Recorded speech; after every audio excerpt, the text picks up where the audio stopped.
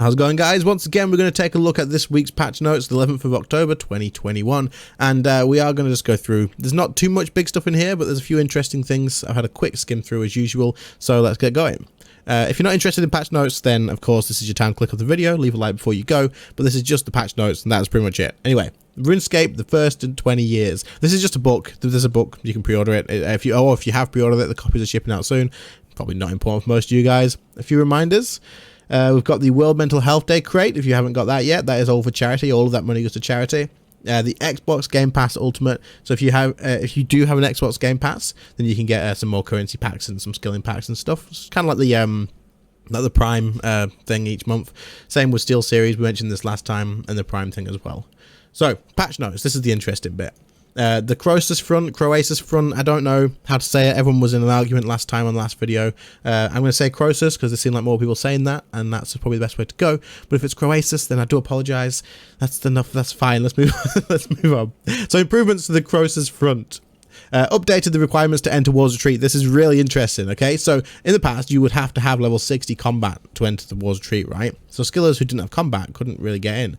So now it is you can either go in with 60 combat or higher, or players with a total skill level of 1000 or more will also be able to enter, because of course Croesus is a skilling boss, so you can still use War's Retreat as a pure skiller and no combat skills, so that's pretty damn good. Players need only meet one of the above requirements, not both. Perfect.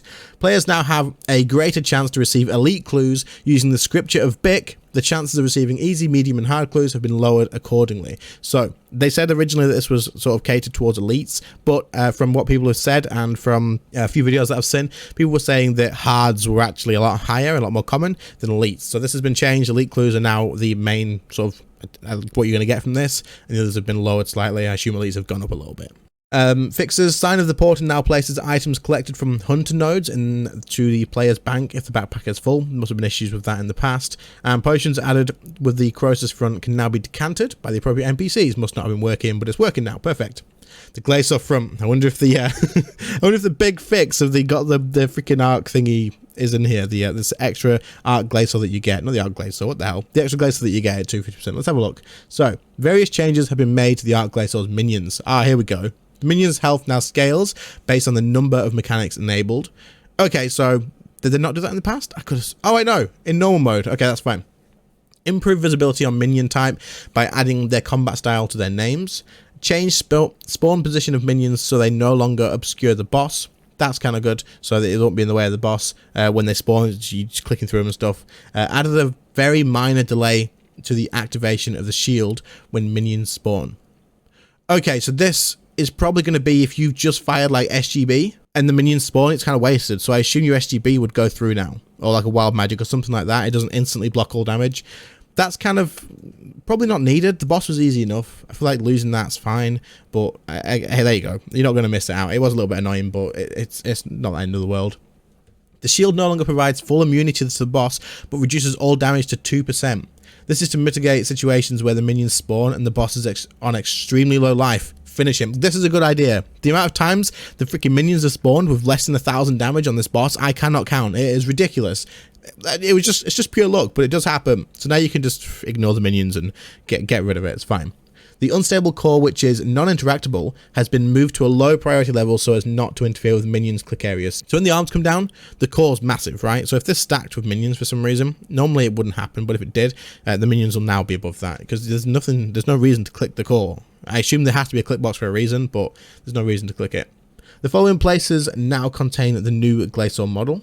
So you've got the model in some other places, doesn't matter too much. Examining Gladies will now show you the highest enraged kill you have completed. And fixes. They have improved the volume of combat sounds, okay. Updated the examine text of Glacors. Tsunami can now be used on the arch-glacor's arms. And the arch-glacor's enrage percentage will now display correctly. Okay, so there doesn't seem to be anything to do with the click box for that, but maybe that's already gone under the radar and we just don't know. You guys will have to let me know if this has been done. If you're still doing the Glacor, the 250% extra golem, or extra Glacor, is it still impossible to click? If it is, let me know. Very interested in finding out about that. The node on front, which is Carapac, rejoining an instance after changing difficulty will now send the player to the correct mode, because if you're in hard mode and rejoin, you go back to normal. Closing an interface, unless they've changed that, so you go back to hard mode now. Does rejoining take you back into hard mode? I hope so. I'll have to check this one out. But if anyone knows, confirm it in the comments before I do. Closing an interface with the escape key will no longer trigger the battlefield ability. Okay, that was annoying. Yeah, that was something. So if you press escape during the thing, it would trigger the add-on, the extra thing, I think. Fixed an issue with the hitbox of Karapak's lightning strike attack. Doesn't matter too much. Mobile improvements. This probably doesn't matter for most people, to be honest. If you want to have a look, there's time here for you to pause the video and go through those and other. I'm going to have a quick skim through these, and if there's anything worth mentioning, then I'll mention it. Otherwise, we'll just miss out.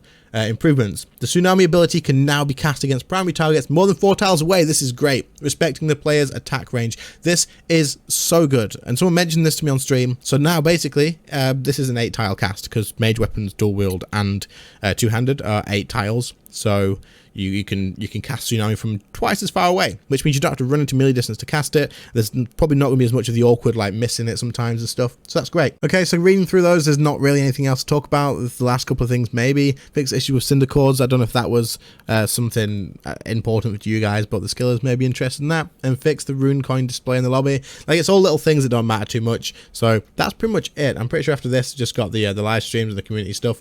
That doesn't matter too much with the updates. So that's pretty much it for today. The main things that you're going to be looking out for is just changes in the Glacial place, the Croesus place for most people, and then I guess that's pretty much it, other than the tsunami thing. Mage people, rejoice. You've got another magic buff, kind of. It's not a buff, it's a quality of life thing, but it kind of feels like a buff, doesn't it? You don't have to move into melee distance. I am happy with that.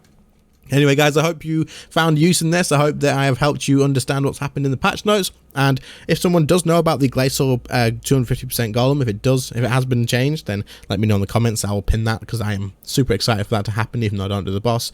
Anyway, guys, if you enjoyed the video, leave a like, subscribe to the channel if you are new. I will do this next Monday, so I will see you then. See you later, guys. Bye.